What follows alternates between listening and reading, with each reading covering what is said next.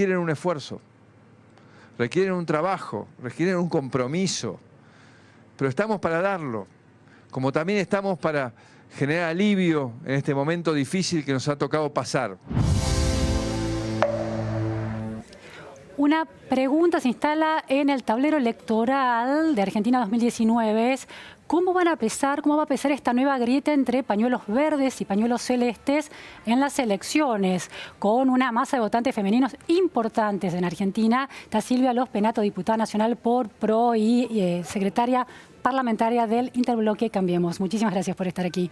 Muchísimas gracias por invitarme. Bueno, ¿cómo es esto que en una campaña electoral de la que se viene hablando sostenidamente a lo largo de este año, el tema de género, la agenda de género, no ha sido apropiada por ningún candidato? Tampoco por la candidata femenina, que es la vicepresidenta Cristina Fernández de Kirchner, candidata a vicepresidenta, o por la gobernadora Vidal.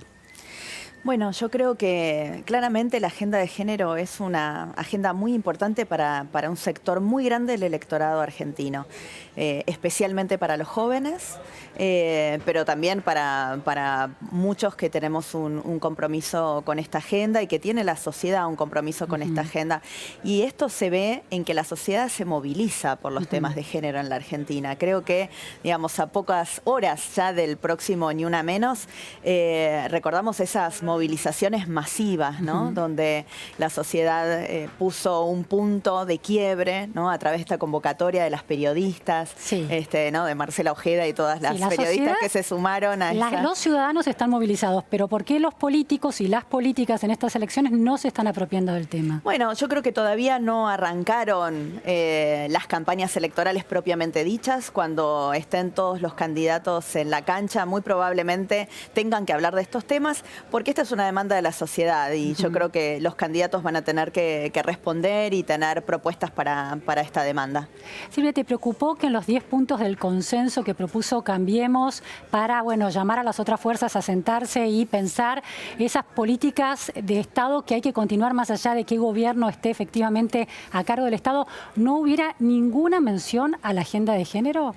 Bueno, ¿eran todos temas macroeconómicos o laborales o tributarios? No me preocupó porque entendí que tenía que ver justamente con eso. Había una delimitación de temas muy basados en los temas económicos que me parece que buscaban eso, dar una certidumbre a la economía en el año electoral sobre algunas cuestiones que son básicas para cualquier país, que parecerían obviedades. La verdad que cuando uno leía esos 10 puntos que propuso el presidente Macri, se preguntaba, ¿pero hay alguien que puede no estar de acuerdo con estos 10 puntos? Pero creo que era, por supuesto, una agenda muy acotada y hay una enorme cantidad de temas que estoy seguro forman parte de nuestra agenda de gobierno para los próximos 4 años, como lo formaron durante estos años, que tienen que ver con otros temas que no estaban incluidos ahí, ¿no?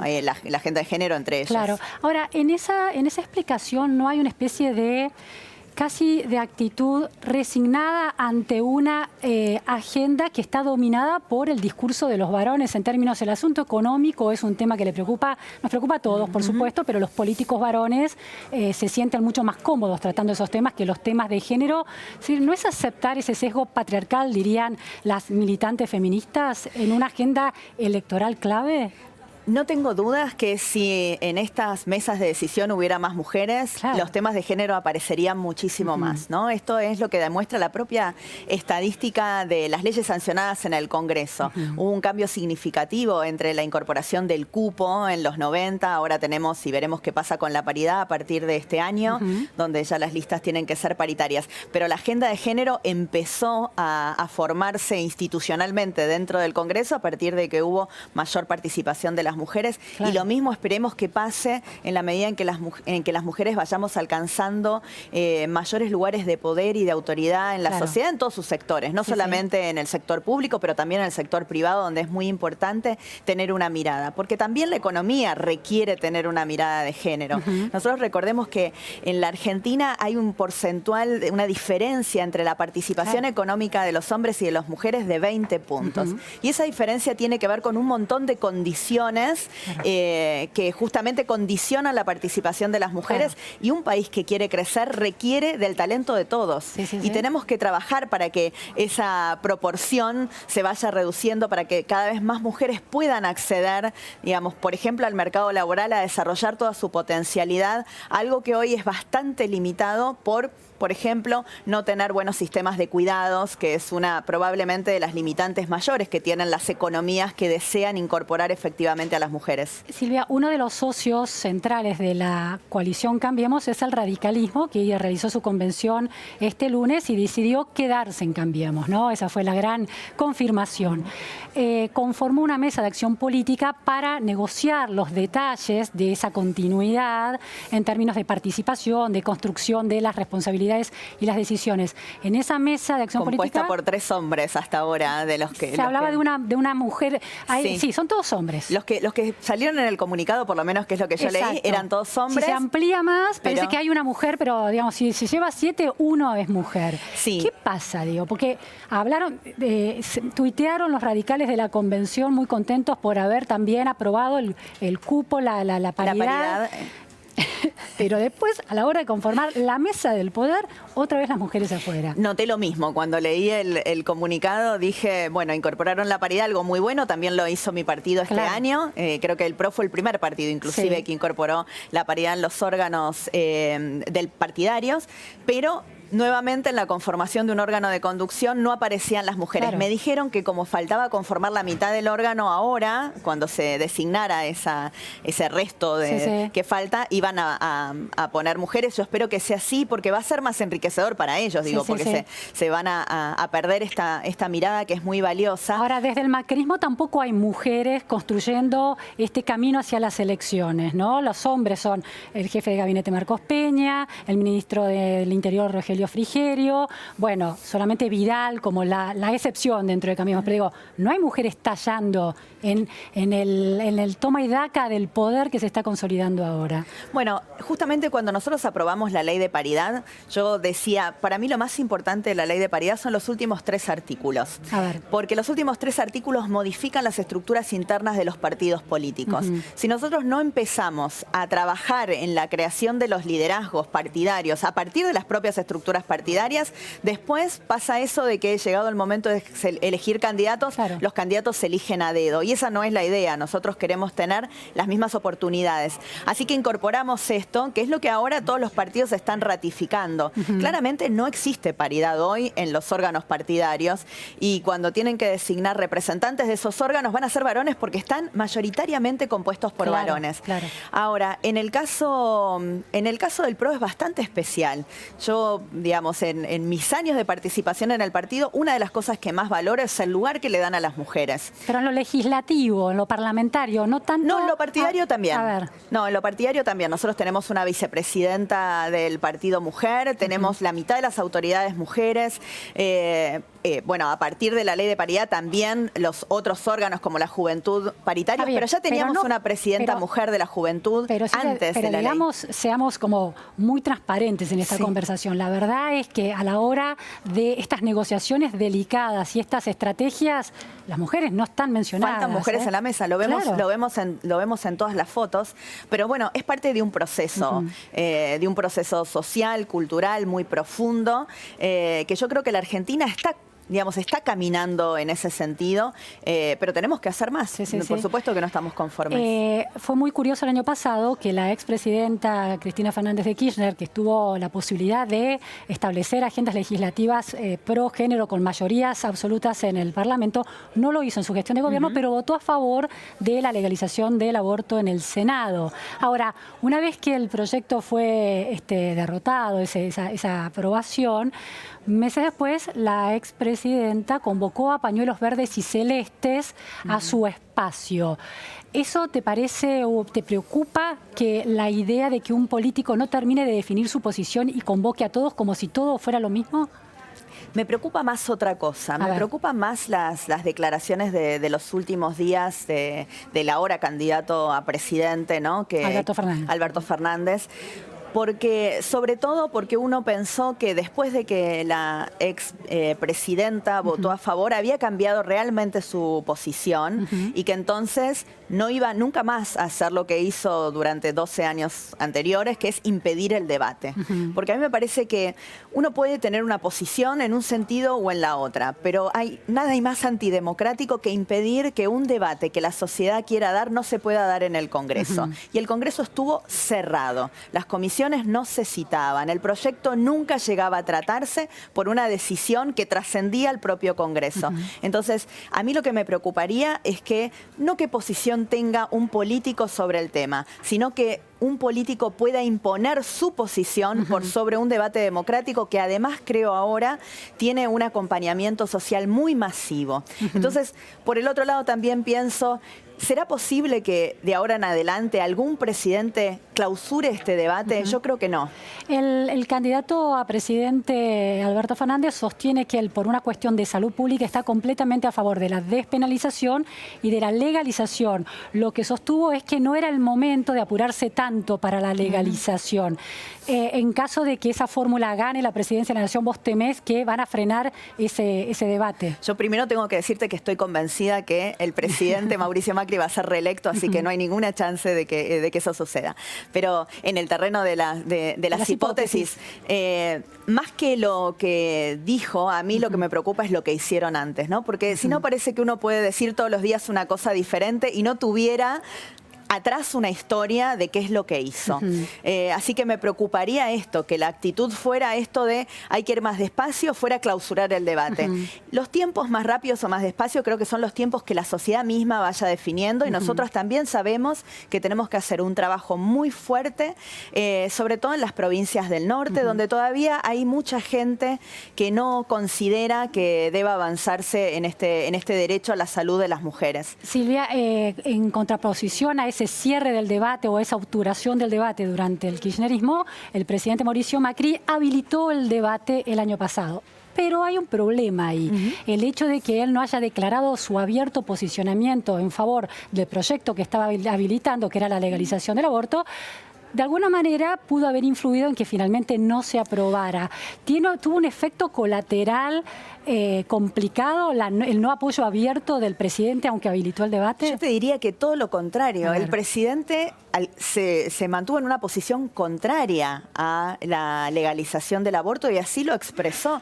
Entonces me parece... Hubo algunos momentos en que dijo que estaba de acuerdo, fueron saliendo distintas... Nunca dijo abiertamente. Él dijo que estaba de acuerdo con la despenalización, digamos, habiendo concluido el debate en algún momento, dijo, creo que en lo que estamos todos de acuerdo, y yo coincido con el presidente, es en la despenalización. Por eso lamento que los senadores ni siquiera hayan dado ese paso, que era un paso que yo creo hoy es unánime. Digo, creo que la penalización de la mujer es una rémora que tiene que ser rápidamente eliminada del Código Penal.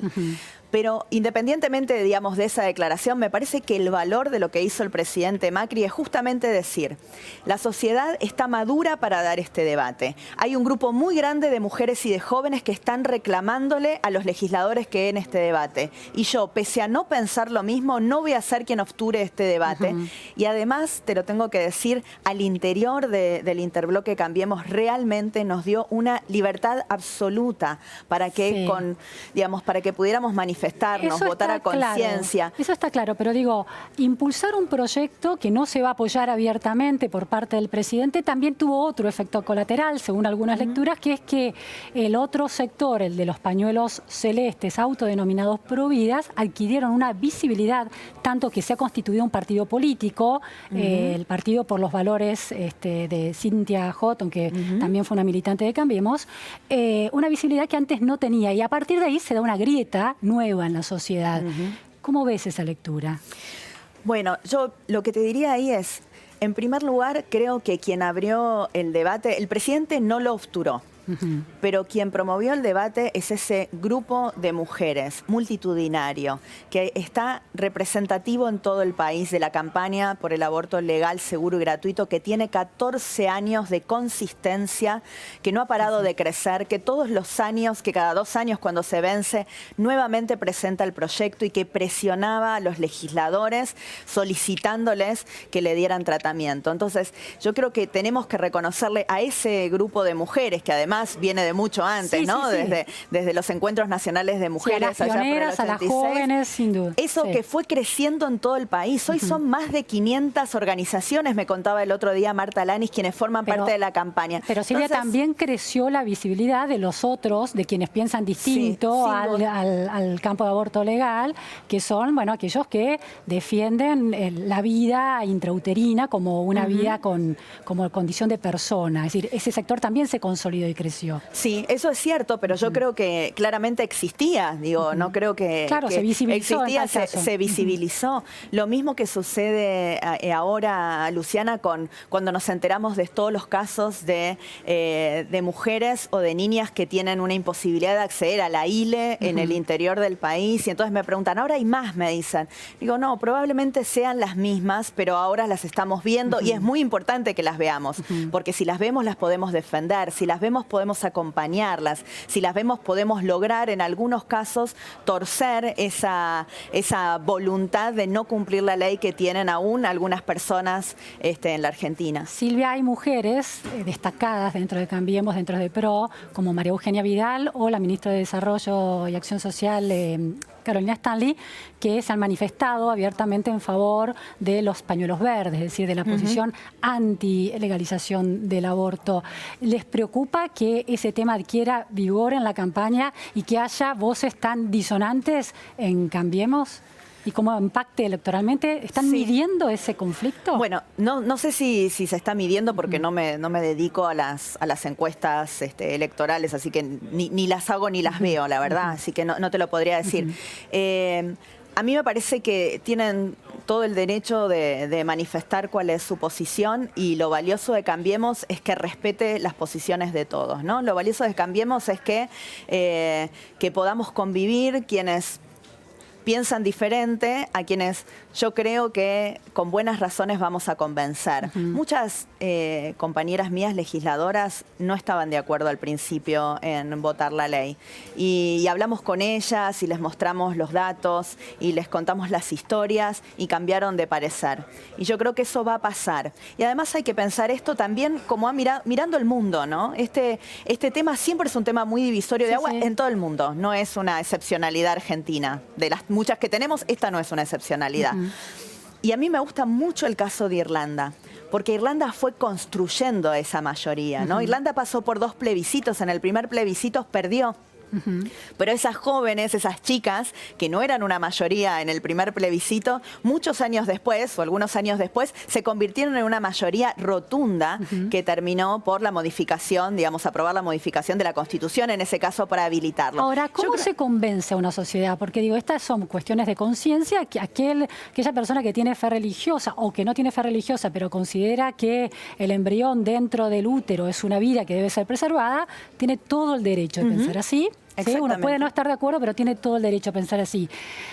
Y por otro lado, las mujeres que están a favor de la legalización del aborto, asumiendo que hay una libertad de las mujeres para tomar las decisiones sobre su propio cuerpo, también tienen el derecho. Entonces, entre derechos en conflicto, las estrategias del feminismo más militante que denomina a los senadores que votan en contra, por ejemplo, senadores percha, ¿es una estrategia inteligente para encontrar territorios comunes y acercar posiciones a la posición de que da la mayor libertad a las mujeres, o genera un rechazo? Yo creo que en todos los casos hay que ir buscando construir mayorías. Y la forma de construir mayorías es muy variada. No en todos los casos se puede construir de la misma manera. La sociedad está cambiando en temas de perspectiva de género a pasos rapidísimos. Hay una generación que tiene incorporado, yo creo que nacen con perspectiva de género ya, ¿no? Yo tengo nativos con perspectiva de género, en vez de nativos digitales. Son nativos digitales y con perspectiva de género. Viene en un combo eso.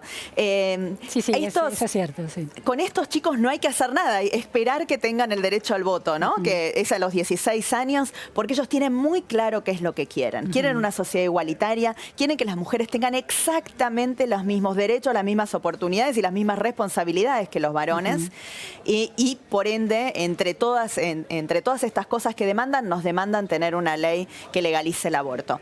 Por el otro lado, tenemos una generación que no tenía esta concepción, esta perspectiva de género, pero que está haciendo un esfuerzo porque entendió y está haciendo un esfuerzo por conectar con la mitad de la ciudadanía que somos las mujeres, que tenemos todavía muchos derechos vulnerados, que quiere empatizar con lo que nos pasa a las mujeres, con lo que les pasa a sus propias hijas, con lo que vieron en sus casas con sus madres, y están haciendo este proceso. Y hay otros que prefieren no hacerlo y seguir pensando como pensaban. Pero aparecen muchos. Digo, el otro día estuvo el historiador Jorge Osona sentado en esa silla y es un conocedor de la pobreza y de las miles de visiones distintas que tienen los sectores vulnerables en el conurbano bonaerense. Y él planteaba que en el conurbano bonaerense la posición pro aborto es minoritaria, es decir, que los sectores más vulnerables no tienen esa postura más de avanzada en ciertos derechos reproductivos. Es decir, que hay toda una sociedad con la que es necesario seguir dialogando. ¿Cómo se construye ese diálogo sin arrinconar con el dedo acusatorio? Sí, ¿no? Porque nadie, cuando lo acusan de algo horrible, va a estar dispuesto a escuchar una campana distinta. Exacto. Bueno, yo creo que la clave ahí es construyendo diálogo. Uno no habla si solamente se opone a lo que el otro dice desde el insulto, desde la descalificación. Ahí no hay diálogo, digamos. Ahí es cada uno fijando su posición. Y yo creo que se pueden hacer las dos cosas. Uno puede tener una posición muy firme. Yo tengo una posición muy firme en este tema, pero a su vez creo que es imprescindible dialogar y convencer, ¿no? Porque no es solamente una cuestión de tiempo y esperar. Yo creo que con el tiempo y esperando se va a lograr, pero también podemos hacer cosas antes, ¿no? Y por ejemplo, agarrar todos estos puntos en los que hubo acuerdo en el debate el año pasado y decir, bueno, escribamos esto, empecemos a avanzar, no dejemos que todo quede igual como que nada hubiera pasado, no dejemos que grupos reaccionarios vengan a querer implantar, digamos, una legislación 1921, no, claro, digamos, claro. ¿No? Sí. O sea, no retrocedamos, avancemos sobre estos consensos. Y me parece que esa oportunidad la tenemos hoy, no tenemos que esperar hasta que estos jóvenes sean una mayoría que pueda definir una elección. Lo que pasa es que esos fueron los efectos paradójicos y los efectos colaterales paradójicos de la discusión parlamentaria sobre el aborto. Una vez terminada la discusión parlamentaria y, bueno, se desplazó el tema porque no fue aprobado el proyecto de ley de legalización, adquirió nueva autoridad y nuevo vigor el tema de penalizarlo todavía más y la ESI como una intromisión del Estado en los derechos de los padres y de las familias cuando están en la escuela, que era un debate saldado ya, por ejemplo. Creo que eso fue inquietante, ¿no? Es inquietante, pero creo que son grupos muy minoritarios. Realmente, creo que son grupos muy minoritarios, ruidosos, pero minoritarios. Creo que en la Argentina, sobre todo porque, nuevamente, en las pruebas a aprender, en las preguntas libres que se le hacía a los chicos sobre cuál era el contenido que querían que se reforzara en la escuela, contestaban mayoritariamente, más del 70%, que querían más educación sexual integral. Bueno, esto es una demanda de nuestros jóvenes. Nosotros como sociedad, como Estado, tenemos que responder a esa demanda. Son derechos de los chicos. ¿No? Son derechos que ya adquirieron. Sobre eso creo que no se va a retroceder, pese a que haya algunos grupos que antes no se manifestaban, pero que estaban ahí, ¿no?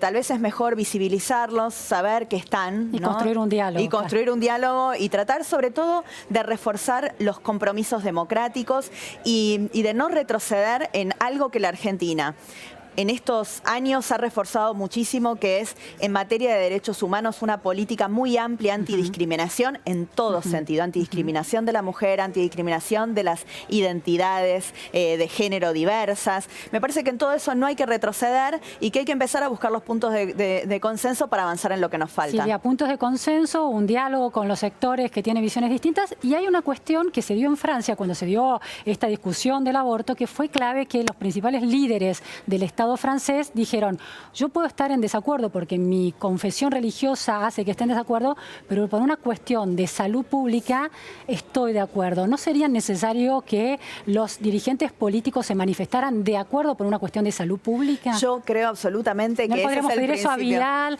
a la expresidenta, al presidente Macri, yo creo que debemos pedirlo. Yo creo que las mujeres tenemos que pedirlo. A mí me gusta, cuando empezó este debate me imprimí esa frase de Giscard d'Estaing donde justamente él cuenta cuál fue su explicación al Papa de aquella época en relación a la necesidad, a la obligación que tenía de promulgar la ley, ¿no? Y entonces él dice, yo soy católico, creo, tengo mis valores católicos, pero soy también el presidente de una república constitucional que tiene que pensar también por todos, los que no piensen como yo. Y eso sí me parece algo que también tenemos que mirar en la campaña en relación de nuestros candidatos, porque a mí me parece que es muy importante que los candidatos hagan propuestas para todos los argentinos, ¿no? Y que sepan que cuando uno se sienta en una banca, además de representar a todos sus conciudadanos de su provincia que lo han votado, representa a todos los argentinos y no debería querer imponer las creencias personales que son valiosas